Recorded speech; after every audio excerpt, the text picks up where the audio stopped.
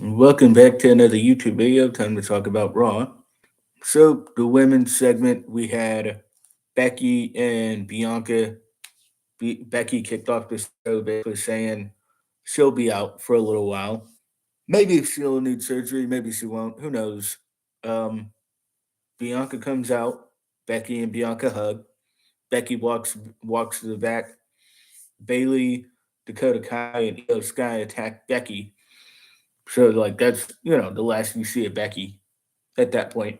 And then later we had Alexa Bliss versus Asuka. Ended in a no contest because Bailey, Dakota, and Io attacked them. And then Bianca wanted to challenge Io to a match. So she did. And that also ended in a no contest because Bailey and Io attacked Bianca. Or Bailey, Dakota Kai, and Io attacked Bianca. So that was your women's stuff for that episode of Raw. Miz, Styles, Lee, triple threat. The finish of the match was a 450, and AJ caught him in a Styles clash. So that was pretty cool. This was U.S. title contendership matches, basically, where it was one triple threat where AJ won, and then the other triple threat where Tommaso won. So we had the other triple threat was Tommaso, who? Hang on. No, I'm like misremembering things. There you go. Tommaso wins that, and then we had Tommaso versus AJ. Tommaso beat AJ in a pretty good match. Do I think Tommaso is going to beat Bobby Lashley next week? Mm, maybe not. Oscar, what was after Oscar and Alexa Bliss? Talked about that already. Bianca and Io. Usos win. Judgment Day come out. They attack Stereos, and then Edge goes to Spear Finn Balor and spears Dominic instead. Was that the whole show?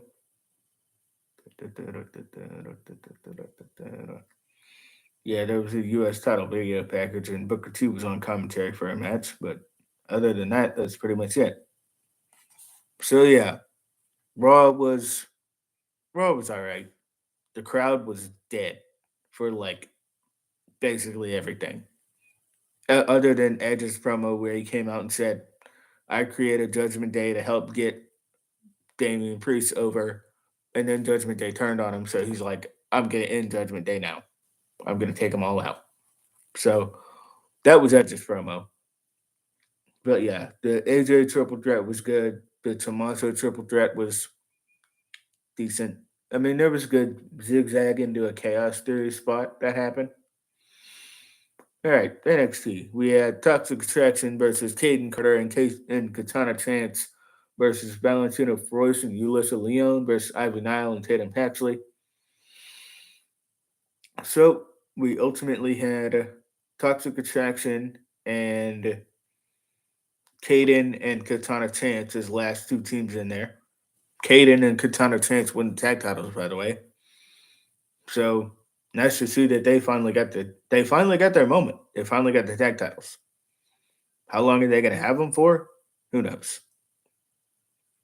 We had Carmelo Hayes versus Nathan Frazier.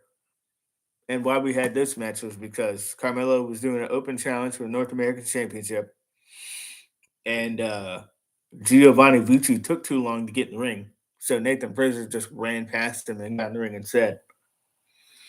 But yeah, that was a good match. Carmelo versus Nathan Frazier. Carmelo wins because Giovanni Vici distracts Nathan Frazier, and then Carmelo catches him with the second rope leg drop.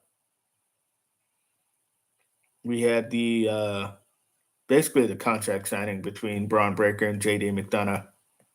JD was like, "I'm gonna beat you, and to prove how serious I am about beating you, I'm gonna sign this contract in my own blood." So basically, pricked his finger and signed the contract in his blood in his own blood. So yeah, that was cool. Braun Breakers was like, "I'm not scared of anybody. I'll beat it. I'll take on anyone. I'll beat everybody." Apollo Crews is backstage, walks into the Creed brothers, basically Diamond Mine locker room. He wishes the Creed brothers good luck and then walks off. Roderick Strong later said what it was shown on the screen. It was shown on NXT. It was like he was like Apollo, stay out of Diamond Mine business, and he also said congrats to the Creed brothers.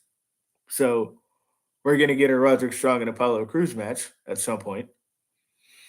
Mandy Rose versus Saray. Mandy Rose beat Saray, as you would expect. I would love to see Saray beat Mandy Rose, but that ain't happening. Duke Hudson versus Axiom. Duke Hudson beat up Axiom backstage before this match, and then beat him up in the ring before the match, and then the match got made, and then Axiom beat him. That's pretty much what this was. The match was all right. I kind of figured Axiom was going to win. The Creed brothers versus Tony D'Angelo and Channing Lorenzo. The Creed brothers win basically because Santos Escobar stops Tony D'Angelo from cheating. So yeah, more in that story.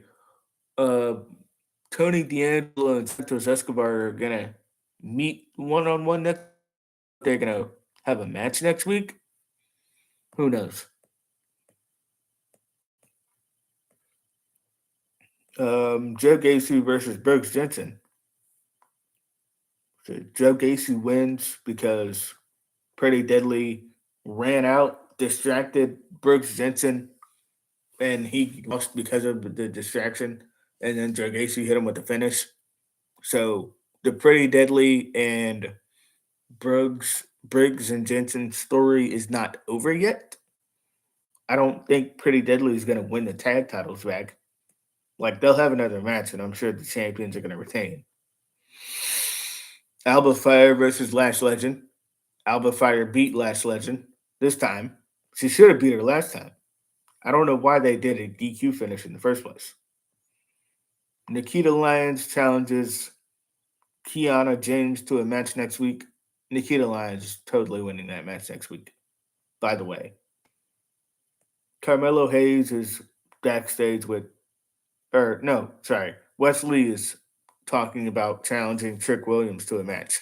And he challenges Trick Williams to a match. It's a rounds match. So I don't know. I don't really know what that means. Not sure. Um, Wesley's gonna probably win it though. Then we had Solo Sokoa versus sorry, not get his name wrong. Von Wagner. Solo Sokoa and Von Wagner. Solo Sokoa beat Von Wagner, as he should. This match was pretty good. Your falls count anywhere, so they were fighting backstage. They were fighting outside. Solo Sokoa got thrown in a dumpster and then came back out and beat him. So, yeah, that was cool. So, yeah, that's everything. All right, be sure to like, share, and subscribe. See you guys later.